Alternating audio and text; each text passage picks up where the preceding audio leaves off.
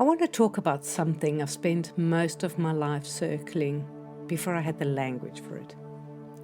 I call it living life on your terms.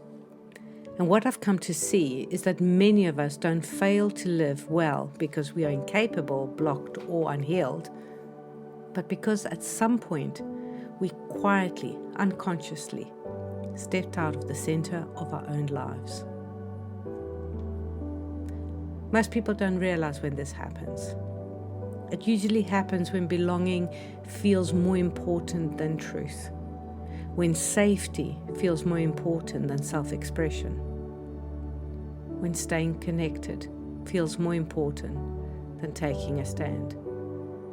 So we adapt and we soften, we wait, and without meaning to, we give up the right to decide how our life actually should unfold. And when that happens, we don't disappear, but we step into a role. We change who we are. So some of us become the rescuers and we save people. Some of us become the pleasers, always there, always trying to make somebody happy. Some of us become the strong ones that cope quietly. Some of us become disillusioned, blaming life or circumstances for what never arrives. Now, these roles aren't wrong. They're survival strategies, but they come at a cost. And that cost is that life stops moving. Flow dries up. Inspiration fades. We feel unseen, unheard, frustrated, even when we're doing all the right things. And we tell ourselves that the pain is the problem.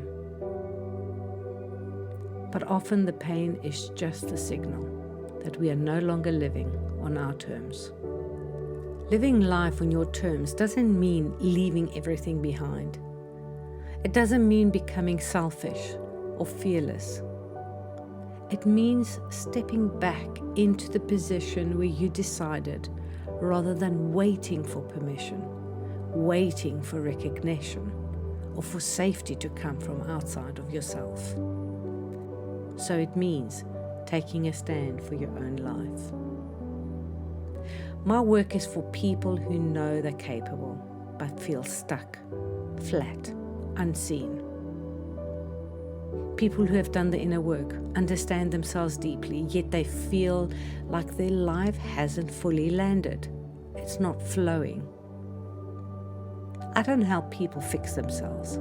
I help them recognize where they stepped out of their center, and I teach them how to come back without burning their life down.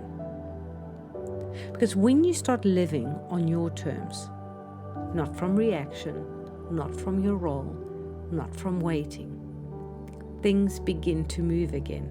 There's flow. Not because you forced them to, but because you finally took your place. So if any of this resonates, just know you're not broken. You may simply just need to stand again and be ready to stand again. Living life on your terms isn't about becoming someone new.